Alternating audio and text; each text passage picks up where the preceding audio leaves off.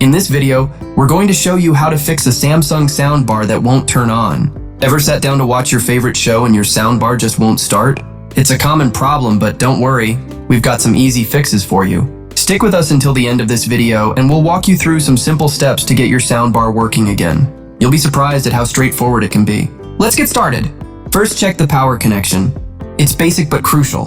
Make sure the power cord is securely plugged into both the soundbar and the wall outlet. A loose cord is often overlooked but can be the main issue.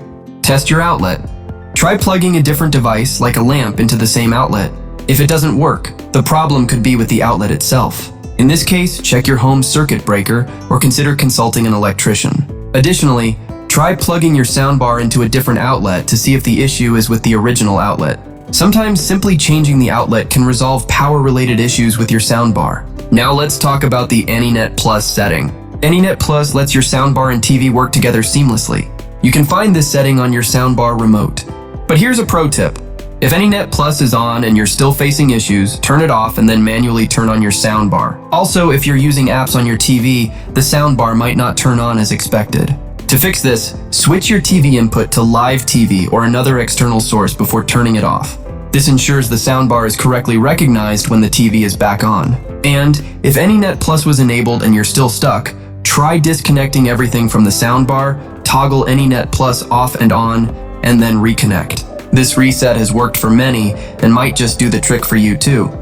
Take a look at your remote. If the batteries are weak, your soundbar won't respond.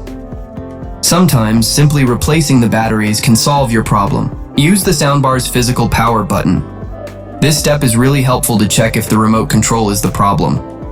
First, press the button a few times, and then press and hold it down for 10-15 seconds.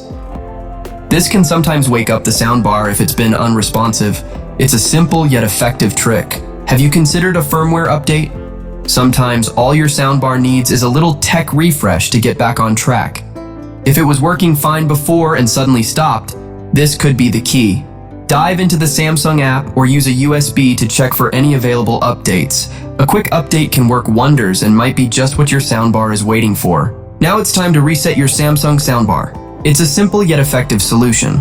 Start by unplugging all cables connected to your soundbar, including power and any HDMI or audio inputs. Wait for about 30 seconds and then re-plug all the cables before plugging the soundbar back in. This brief disconnection can help clear up any technical glitches and breathe new life into your soundbar. This classic reset method is often an easy fix for various issues.